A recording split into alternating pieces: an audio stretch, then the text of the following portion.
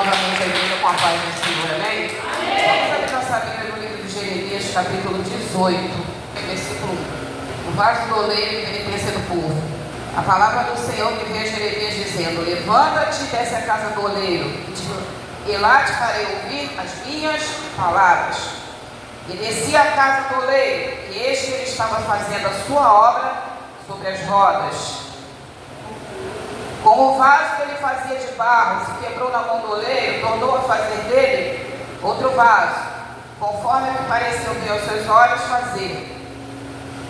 Então veio a mim a palavra do Senhor dizendo: não poderei eu fazer de vós como fez este oleiro, ó casa de Israel. Diz o Senhor: eis que como barro na mão do oleiro, assim sois vós na minha mão, ó casa de Israel. Amém? Senhor nosso Deus, nosso Pai, Pai do nosso Senhor e Salvador Jesus Cristo, eu quero te agradecer pela oportunidade, Senhor, de estar novamente na tua casa de oração para pregar a tua palavra nessa noite. Continua falando conosco, meu Pai, agora, mais ainda do que o Senhor já tem falado nos louvores, Senhor. Seja conosco nesse momento, porque somos dependentes de Ti, também da tua palavra, para que a gente possa permanecer de pé diante da tua presença. Fala só o Senhor é Deus. Olha só Jesus Cristo, o Senhor. Aplauda o nome santo do Senhor e que já pode se amar. Irmão, Jeremias foi o profeta que o Senhor separou para pregar para o povo de Israel, naquele momento em que Deus já havia decidido que iria castigar o povo e mandar o povo para o cativeiro por 70 anos. Como nós pregamos aqui essa semana, Deus ele fez uma promessa para Abraão, que a sua descendência seria como as estrelas do céu, a areia do mar, as estrelas que não se podia contar. Fala: Abraão, conta as estrelas se é que tu podes.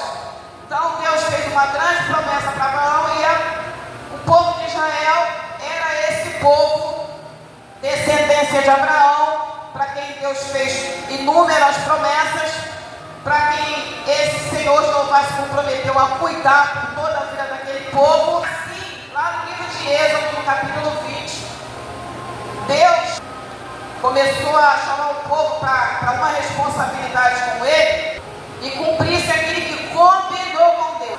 Deus foi lá, tirou o povo da escravidão por causa de Abraão, para levar de volta para Canaã. Tirou o povo como um forte, teve o episódio do deserto, mas a descendência daquele povo que caiu no deserto continuou, a geração continuou, e esse povo chegou em Canaã. Lá no Êxodo, capítulo 20, como eu falei, quando Deus ele faz uma aliança com o povo, ele fala assim: não terás outros deuses diante de mim. Foi uma coisa que Deus exigiu do povo: não terás outros deuses diante de mim. Ou seja, vocês vão para onde vocês vão para onde eu prometi. Só que lá nessa terra de Canaã, irmãos, era uma terra que já estava habitada e todos os povos daquela terra serviam a um tipo de ídolo. Não era uma terra que estava vazia, não era uma terra que estava deserta, era uma terra onde já havia povos já com a vida organizada, era uma terra que estava ocupada. E aquele povo dali não conhecia o Deus de Israel. Aquele povo que estava em Canaã só conhecia os seus deuses, e eram muitos deuses. Tinha Baal, tinha El, tinha Será, tinha Astarote, tinha Dagon, tinha Moloque.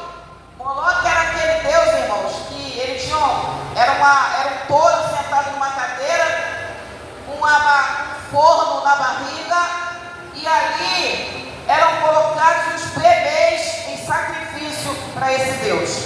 Era um Deus que recebia sacrifício de crianças, assim como havia outros deuses que também exigiam sacrifício humano. Esses eram deuses, deuses entre entre aspas, os tipos de ídolos que havia em Canaã. E o Deus de Israel, irmãos, ele tinha um diferencial. Jeová não era Deus da morte, era Deus da vida. Jeová não era um Deus que pedia sangue de gente. Ele aceitava o sacrifício dos animais. Ele não pedia sacrifício de bebês, como se fala na Bíblia, ele não pedia que fizessem passar os seus filhos pelo fogo. Era um Deus diferenciado, irmãos. Era um Deus que se preocupava com a vida. Não era um Deus que se preocupava em levantar uma pessoa que pedisse algo para ele a qualquer custo, não. Era um Deus que tinha humanidade. Por quê, irmãos? Era um Deus que se preocupava com quem servia a ele. Por quê, irmãos? Porque o Senhor, o Deus de Israel, foi o Deus que criou o mundo. Foi o Deus que criou a humanidade. Foi o Deus que fez os céus, que fez a terra e tudo que nela há. É por isso que Deus, o Deus de Israel, o nosso Senhor Jeová, ele tinha tanto carinho pelo ser humano. Ele cuidava do ser humano. Aqueles outros ídolos lá, aqueles deuses, eles não estavam nem aí. Primeiro, irmãos, que o próprio Deus falou para o povo de Israel que os ídolos não eram nada, que aquilo ali era tudo obra feita por mãos de homens. O Senhor, quando a gente lança uma oração para Ele, Ele escuta. O Senhor, quando a gente clama por Ele, Ele escuta. O Senhor, quando a gente clama por Ele, a Bíblia fala que Ele nos vê, Ele nos olha. Mas aqueles ídolos lá não, irmãos.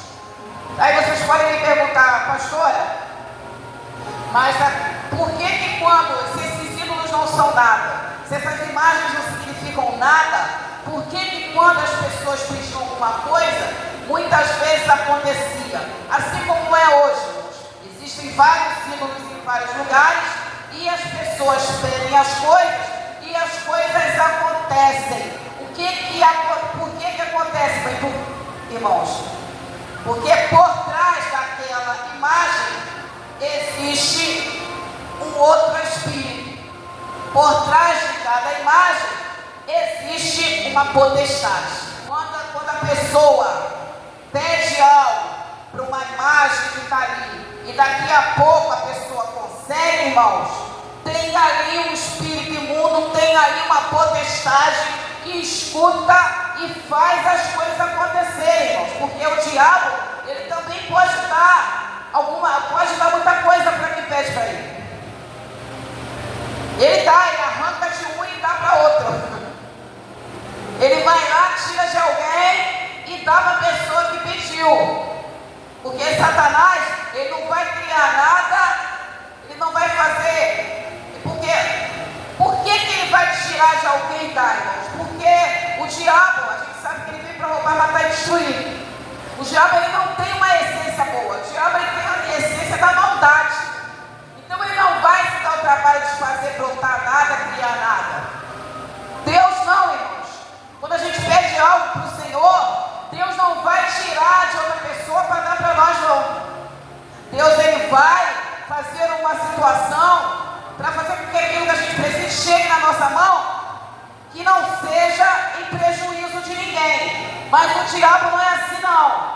Ele, para responder o pedido de alguém, se ele tiver que prejudicar outro, ele vai lá, prejudicar e dá. É assim que funcionam as coisas com o capeta. Então o Senhor falava, os ídolos não são nada. Só que os espíritos imundos estavam aí, irmãos. Satanás, ele caiu na terra desde lá da fundação da terra. Ele está aqui na terra, as potestades, como fala a palavra, potestades estão aí nos ares. Então existe demônio na terra, existe espírito imundo. Mas como é que faz para esses demônios serem adorados? Eles se apossam de alguma imagem, de algum ídolo, e aí através da fé da pessoa, da adoração da pessoa por aquela imagem, ele vai ali se valendo. Ele vai construindo o reino dele. Ele vai distribuindo a sua maldade, irmãos. Porque tem uma coisa, vocês podem ter certeza, é que o diabo, ele dá com uma mão, mas daqui a pouco ele tira com outra. Nada que a gente consegue, e da mão de Satanás, irmãos, perdura por muito tempo. Daqui a pouco vai embora. Daqui a pouco não tem mais. Deus, quando dá, irmãos, Ele dá de verdade. A gente só perde se a gente não vigiar. Mas enquanto a gente vigiar, enquanto a gente for fiel, enquanto a gente estiver ali colado com Deus, ninguém arranca aquilo da gente. Ninguém tira.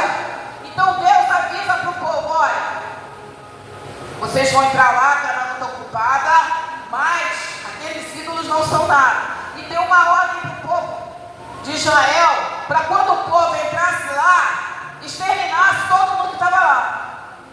Vocês não vão deixar ninguém vivo, vocês não vão fazer parceria com eles.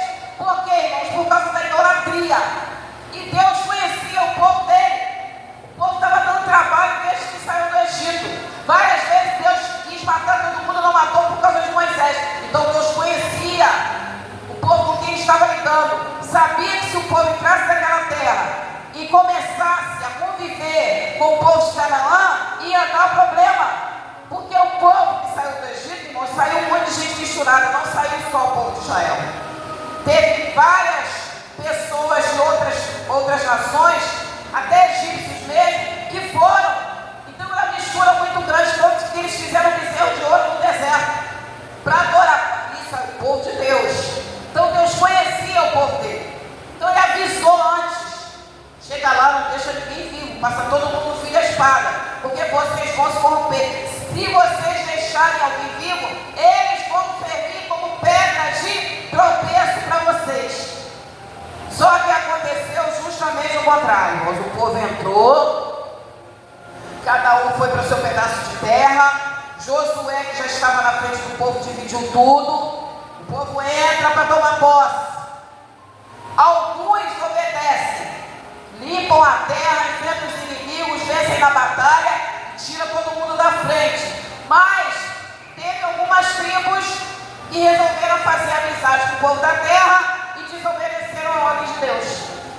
Por causa disso, o que aconteceu, irmãos? Eles acabaram se envolvendo com aqueles deuses também. Então, na verdade, Israel se tornou um povo politeísta. Infelizmente, a verdade era essa. Para as pessoas em redor, o povo de Israel adorava Jeová, adorava Javé, adorava o Deus Todo-Poderoso, adorava o Deus que tirou eles do Egito. Mas quem habitava no meio do povo sabiam que era, muitas vezes, Deus de um lado e a imagem de Baal do outro. Por quê? Porque não obedeceram a ordem de Deus. Deus falou que, tira o povo daquela terra, porque eles vão servir como pé de tropeço. Como se Deus falou, vocês não têm espiritualidade suficiente para resistir à atração daqueles deuses. Arranca. Então, irmãos, todas as vezes que Deus dá uma ordem, que a gente resolve fazer a coisa do nosso jeito, não do jeito que Deus ordenou, por mais que pareça legal para a gente, por mais que pareça bacana, por mais que pareça que não tem nada a ver, por mais que pareça que a gente vai ter força, porque muitas vezes a gente acha assim: não, eu tenho força para dominar a situação. Não, fulano não vai me enrolar, ninguém vai me enrolar, eu resisto, eu tenho resistência, eu sou crente, eu estou na igreja, eu cultuo, eu leio Bíblia. Amém, irmãos? Só que a Bíblia fala que Satanás, ele é astuto nas suas ciladas. Eva vivia dentro do paraíso com Adão, irmãos. A serpente chegou, meia hora de conversa no ouvido dela, além dela cair, ela levou o marido junto. Mas ela não conversava com Deus todo dia, não ouvia ali, não via Deus todo dia, não sabe, já não tinha recebido o aviso que não podia comer. Então o povo de Israel, quando entrou lá, deve ter pensado a mesma coisa. Não, a gente é crente, não, a gente... Não, isso que aconteceu, e isso foi irando o Senhor, porque o Deus que eles achavam que não ia se preocupar, começou a ficar irado. E assim como ele teve força para tirar o povo do Egito e levar para a terra prometida, ele tinha a mesma força para tirar, porque foi ele que prometeu.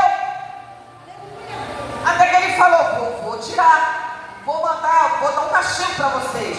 Porque, irmãos, eles estavam cultuando outros deuses dentro do templo do Senhor.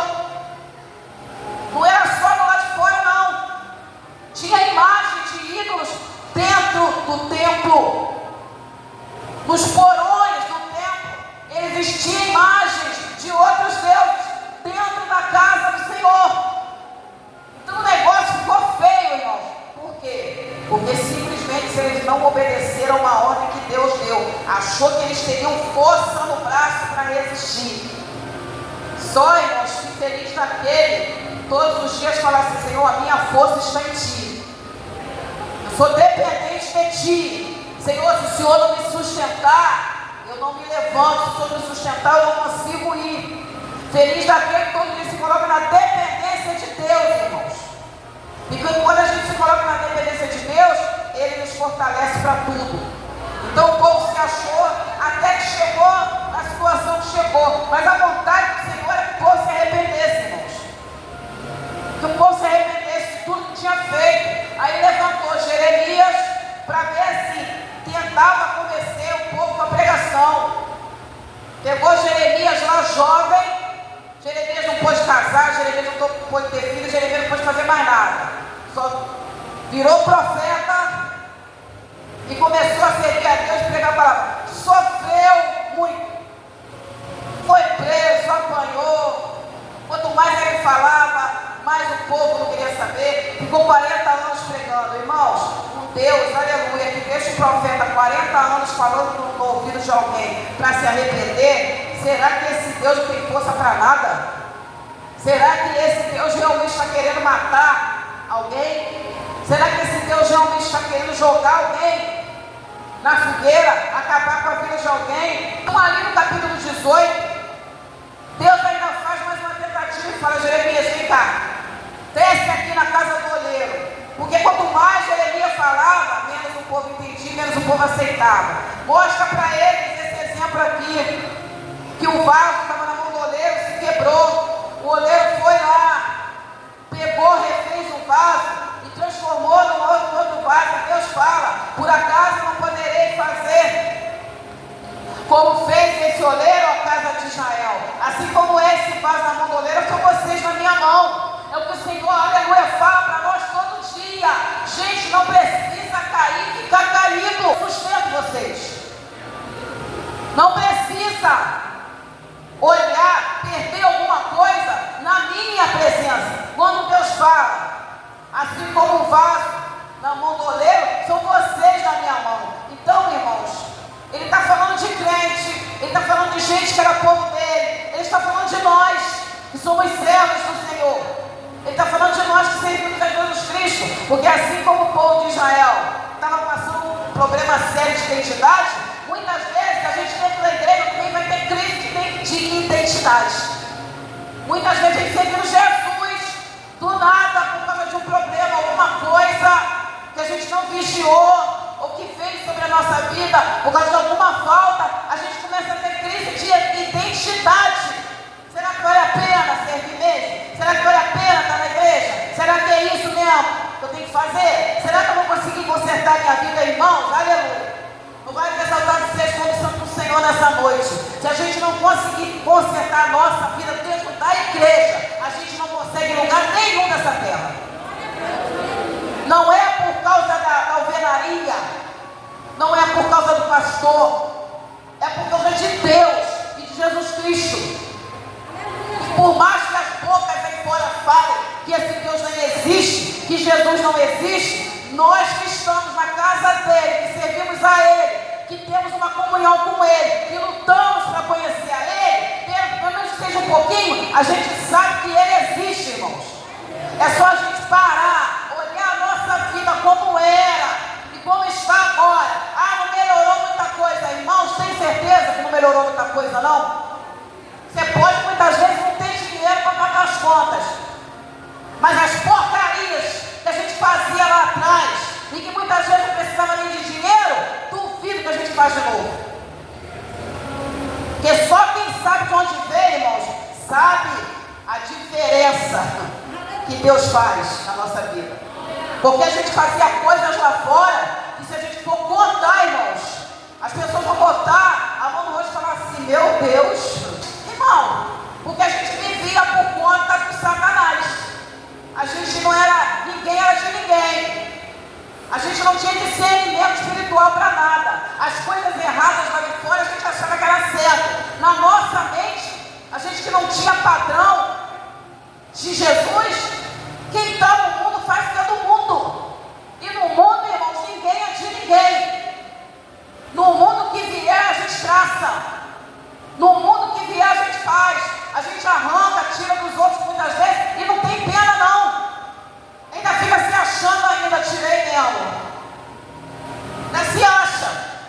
Esse é o padrão do mundo. Só que o padrão de Deus é diferente e é diferente. Porque quando a gente vem para a presença do Senhor, querendo ou não, irmãos, a Bíblia fala em João 15 que nós já somos limpos pela palavra que nós temos ouvido. Querendo ou não, a palavra ela nos limpa. Ela limpa, irmãos. Mesmo que a gente não queira aceitar, a gente para pensar. A Bíblia ela confronta. Deus não passa a mão na cabeça. Satanás passa a mão na cabeça lá fora, muitas vezes, irmãos. Enche a gente de orgulho das coisas erradas que faz, para a gente se ferrar, tropeçar, cair para o inferno mesmo. Agora, Deus, por que Deus não pode passar a mão na cabeça da gente? Porque Ele sabe que a gente é infiel. Ele sabe que hoje a gente promete, amanhã a gente esquece. Ele sabe que se a gente não obedecer, Ele sabe que muitas vezes a gente confia na força do nosso braço. Ele sabe, mesmo dentro da casa dele. É por isso que Deus confronta a gente o tempo todo na palavra. Não faz, não vá, não se mistura.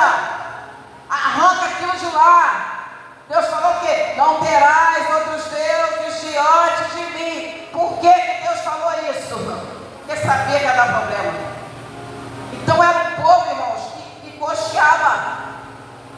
Israel, infelizmente, virou um povo politeísta, com raras exceções. Havia exceções, mas muitas vezes, irmãos, você entrava na casa de um israelita, estava lá Deus fulano, Deus pior. Só não estava a imagem de Jeová, porque não permitia fazer imagem. Muitas vezes, irmãos, o difícil para a gente que vem para a igreja é isso, né? Porque lá fora a gente está acostumado a servir imagem de gato, cachorro, papagaio. Tem imagem para tudo. E quando a gente chega na igreja, meu Deus, para que eu ajoelho? Ajoelha, mas não precisa ser para ninguém. Que você veja. Quando a gente vem para a igreja, é difícil para a gente saber que a gente não vai ter que ver nada na nossa frente. A gente vai ter que acreditar num Deus que é invisível, num Deus que a gente não escuta falar, num Deus que a gente não vê, irmãos. E muitas vezes é difícil saber que esse Deus que a gente não vê, ele existe. Ele é mais verdadeiro que as imagens que tem fora. Porque atrás de cada imagem dessa tem um demônio, tem uma potestade, tem um espírito imundo. A verdade é essa, irmãos. Por isso que Deus nunca deixou fazer imagem dele. Porque corria o risco de um espírito imundo se apossar. Mas mesmo assim, irmão, a gente não tendo imagem, não vendo nada, nenhuma representação, como é que a gente conseguiu se livrar dos vícios? Como é que a gente conseguiu se livrar da prostituição muitas vezes? Como é que a gente conseguiu sair do engano? Ah, pastor, tem muita coisa que eu não... Irmão, mas se for botar na balança, já caiu muita coisa por terra. Senão a gente não estava na igreja, não. A gente só está na igreja, porque Deus arrancou muita coisa da gente. Mesmo a gente não sendo perfeito, mesmo a gente às vezes vacilando, mesmo a gente balançando, a gente só está aqui porque Deus arrancou muita coisa da gente. A gente só está aqui porque cada dia a gente estuda uma palavra. E a Bíblia fala que a palavra não volta vazia. A palavra não faz efeito por causa do pregador. A palavra faz efeito por causa de Deus. A palavra é dele. Ele coloca a palavra na nossa boca. A unção quem dá a ele, a autoridade quem dá é ele. Então essa unção e essa autoridade, essa palavra, é que faz o que apraz, faz o que Deus quer.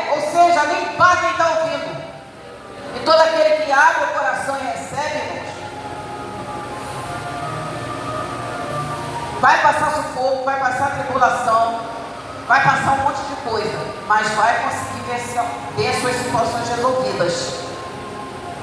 É difícil a gente chegar na casa de Deus e saber que a gente não precisa mais tirar dinheiro do bolso para resolver nossas situações. Porque lá fora, irmãos, aonde for, tem que meter a mão no bolso para comprar qualquer coisa. Tem que meter a mão no bolso para comprar qualquer coisa. Senão, o negócio não vem. Aí vem a acusação. Mas na igreja tem que dar 10% de dízimo. Mas na igreja tem que dar oferta.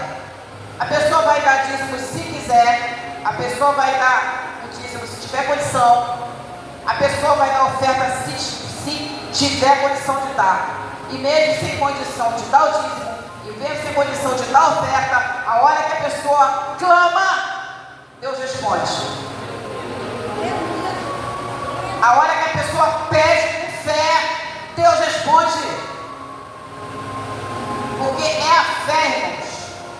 Por que a gente dá dízimo com alegria? Por que a gente oferta com alegria? Porque a gente quer obedecer a palavra. A gente é grato ao Deus da palavra. A gente é grato a Deus, tudo que Deus fez pra gente. E a gente sabe que tem uma estrutura física para ser sustentada. A gente não dá dízimo à toa, a gente não dá oferta à toa. Primeiro é mandamento do Senhor. E segundo, para ajudar a casa dele. Porque, irmãos, tudo aqui é pago. Como é pago aqui, é pago nos outros lugares. Então a gente dá com alegria, por agradecimento a Deus. Então esse tipo de acusação não cola. Então o povo entra e Deus quer falar para o povo. Fala para o povo, Jeremias, que eu posso mudar a história deles. Eles não precisam ficar prostrados. Porque Jeremias falava que o povo estava prostrado. E falou, Jeremias, não adianta pregar para a gente não, que a gente já está perdido. Então Deus fala para eles que eles estão quebrados, mas eu restauro. Fala para eles que eles estão na minha mão, porque eles são povo meu, eu estou em Israel. Assim como o vaso na mão do oleiro quebrou e ele restaurou, eles estão quebrados, eles estão cansados, estão desanimados, estão sem fé. Mas eu posso mudar. É só eles se arrependerem, é só eles quererem, é só eles se colocarem na minha mão de verdade. Então, irmãos, todo aquele que está dentro da casa do Senhor abatido, muitas vezes só está porque resolveu não se colocar na mão do Senhor e confiar nele. Muitas vezes só está abatido, irmãos, porque verdadeiramente não resolveu colocar sua vida na mão do Senhor e acreditar nele. Porque a gente precisa acreditar. O povo falou, Jeremias, a gente não quer. A gente quer andar conforme a nossa vontade. Era isso que o povo falou para Jeremias. Só que o castigo estava vindo. E veio. O templo foi no chão. Por que Deus destruiu o templo? Porque estavam cultuando outros deuses dentro do templo. Deus falou o quê? A minha glória eu não dou as imagens de escultura, não. A minha honra eu não dou as imagens, não. Então, já que vocês querem cultuar a imagem do templo, não vai ter mais templo. E foram para o cativeiro. Foram presos, foram embora, deixaram a terra livre. Então, irmãos, há uma coisa que a gente tem que ter na nossa mente. O mesmo Deus que sustenta, o mesmo Deus que ajuda, o mesmo Deus que responde a oração, é o mesmo Deus que a gente tem que tomar cuidado quando a gente combina alguma coisa com Ele. Quando a gente promete alguma coisa para Ele. Porque Ele vai querer que a gente cumpra. Mas é um Deus que vale a pena cumprir. É um Deus que vale a pena obedecer. É um Deus que vai lutar pela gente em todo canto, em toda situação. É um Deus que não nos abandona no meio do caminho. É um Deus que, se a gente tiver, Ele cuida. Se a gente não tiver, Ele cuida. Ele só quer que a gente confie nele, acredite nele. E assim como o povo de Israel foi parar no cativeiro, a cidade foi destruída, o templo foi no chão, porque o castigo vai vir, assim é hoje, irmãos. A gente prega, a gente fala e muita gente não acredita. Essa terra já tem o destino certo. Então, se a gente não crê, irmãos, que Jesus vai voltar para buscar a igreja, para tirar a igreja daqui, para depois vir o juízo, aí realmente vai ser difícil de Jesus levantar a nossa vida. aí realmente vai ser difícil Deus consertar a nossa história. A gente vai continuar prostrado, porque em Deus ou a gente acredita, não tem meio termo. A gente vai ficar estável, mas a gente vai ter que lutar para se levantar, irmãos. Senão a gente vai se arrastar a vida toda dentro da igreja. E a gente não vai poder culpar Deus disso não. Porque ele todo o tempo fala, clama a mim, como ele fala lá no livro de Jeremias. Jeremias foi preso por estar fazendo a obra, e Deus fala para Jeremias na cadeia, Jeremias dentro da cadeia, clama a mim, responder-te-ei, anunciar-te-ei coisas grandes e firmes que não sabes. Imagina a gente presa, irmãos, dentro da cadeia, e Deus fala assim, ó, clama a mim, vou te responder, vou te anunciar coisas grandes e firmes que não sabes. A gente passando sufoco sem nada, e Deus está falando, ó, coisas grandes e firmes que não sabe, mas esse é o Deus que a gente serve. Eu não sei o que está acontecendo na tua vida, eu não sei o que está faltando, irmãos. Eu não sei qual aperto que você está passando, eu não sei qual a situação que parece que não tem solução, mas só o fato, aleluia, de você estar dentro da casa do Senhor, se esforçando para servir a Ele, lutando para acreditar e ter fé, assim como Deus falou para Jeremias, fala para você nessa noite, clama a Ele, quem vai te responder e vai te anunciar coisas grandes e firmes que você não sabe, e vai ser dentro dessa situação, vai ser no meio do deserto, vai ser na falta, porque é assim que Deus age. Então, irmãos, vamos lutar para aproveitar a oportunidade que Deus nos deu de estar dentro da casa dele, porque tem um monte de gente aí fora, irmãos, que quer estar e não tem força, que gostaria de estar sentado aqui e não tem força, que gostaria de estar ouvindo uma palavra e não tem força, que gostaria de ser tratado por alguém e não tem força. Nós hoje temos tudo isso. Nós temos um oleiro que, ainda que a gente esteja quebrado, se a gente confiar nele, ele nos conserta. Amém? A gente pode ficar nessa palavra nessa noite em nome de Jesus.